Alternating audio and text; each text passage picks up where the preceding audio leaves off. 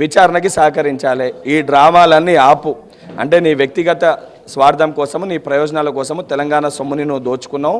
And ఇది vendetta కానీ వ్యక్తిగత కక్ష కోసం మేము ఎక్కడ కూడా ఇది చేస్తలేం. ప్రొసీజర్ ప్రకారంగా తెలంగాణ సొమ్ముని వాడు దోచుకురు కాబట్టి సిస్టమ్ ఏముందో చట్టం తన పను తాను చేసుకోబోతుంది. అంటే అడ్వకేట్తోని విచారణకు వెళ్ళడం లెజిటిమసీ రైట్, దాన్ని కావాలని కాంగ్రెస్ అడ్డుకుంటుంది అనేది ఆయన చేస్తున్నటువంటి ఆరోపణ. అరెస్ట్ చూపించినాక జ్యుడిషియల్ కస్టడీ కోరినప్పుడు కోర్టులో అప్పుడు అనుమతి తీసుకొని అప్పుడు అడ్వకేట్ ద్వారా వెళ్ళాలి.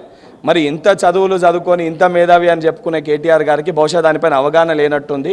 ఎంక్వైరీ స్టార్టింగ్ స్టేజ్లో ఉన్నప్పుడు పోలీస్ అధికారులకి కానీ ఆ సంబంధించిన డిపార్ట్మెంట్ ఏసీపీకి కానీ కంప్లీట్ రైట్ ఉంటుంది. ఇనిషియల్ స్టేజ్లో వ్యక్తే వెళ్ళి వారి యొక్క వాంగ్మూలాన్ని వారు ఇవ్వాలి. అండ్ వాంగ్మూలాన్ని వీరు ఏదో చెప్తే ఇంకేదో రాసే పరిస్థితి ఉంది. ప్రతిదీ కూడా వీడియో రికార్డింగ్ ఉంటుంది. వాళ్ళు చెప్పేది కూడా అదే. మొన్న పట్నం నరేందర్ రెడ్డి అరెస్ట్ అయిన సందర్భంలో కూడా ఆయనకు అనుకూలంగా, అంటే పోలీసులకు అనుకూలంగా లేదంటే ప్రభుత్వానికి అనుకూలమైనటువంటి స్టేట్మెంట్ని రాసుకున్నారు. ఇప్పుడు కేటీఆర్ విషయంలో కూడా అదే జరుగుతుందని ఆ పార్టీకి సంబంధించినటువంటి నాయకులు ఆందోళన వ్యక్తం చేస్తున్నారు. పట్నం నరేందర్ రెడ్డి గారి కేసును అడ్డం పెట్టుకొని అదే చెప్తున్నా కదా, బీఆర్ఎస్ పార్టీ వాళ్ళ ఎమ్మెల్యేలు అందరినీ కూడా అడ్డం పెట్టుకొని సాకు చూపించి దొంగ తప్పించుకునే ప్రయత్నం చేస్తుండే. పట్నం నరేందర్ రెడ్డి గారి దగ్గర ఎక్కడ కూడా కోర్టు అరెస్ట్ చేయొద్దని ఎటువంటి ఆర్డర్ లేకుండే. కానీ కేటీఆర్ గారి దాంట్లో విచారణ జడ్జిమెంట్ వచ్చేంత వరకు కేటీఆర్ గారిని అరెస్ట్ చేయొద్దని ఉంది. అరెస్ట్ చేయొద్దని ఉన్నప్పుడు క్లియర్గా విచారణ చేసి తర్వాత కేటీఆర్ గారిని